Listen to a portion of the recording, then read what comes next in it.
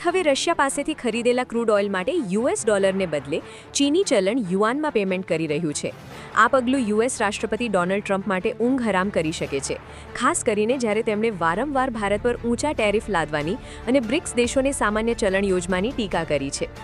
Media અહેવાલ મુજબ Russia પાસેથી તેલ ખરીદતા ભારતીય રિફાઇનરોને રશિયન સપ્લાયર્સ દ્વારા યુએસ ડોલર અથવા યુએઈ દિરહામને બદલે યુઆનમાં તાજેતરના શિપમેન્ટ માટે પેમેન્ટ કરવા કહેવામાં આવ્યો છે.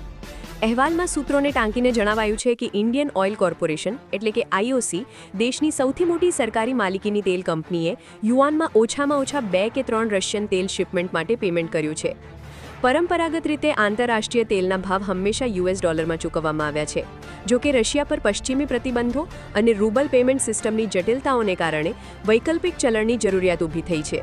આ સ્થિતિમાં યુઆનમાં પેમેન્ટ કરવું વધુ અનુકૂળ વિકલ્પ બની ગયો છે. આ પહેલીવાર નથી જ્યારે ભારતે યુઆનમાં તેલ ખરીદી માટે પેમેન્ટ કર્યું હોય. અગાઉ 2023માં ભારતીય સરકારી માલિકીની કંપનીઓએ કેટલાક શિપમેન્ટ માટે યુઆનમાં પેમેન્ટ કર્યું હતું. જો કે ભારત ચીન સંબંધોમાં તણાવ વધતા તે પ્રથા બંધ કરવામાં આવી હતી.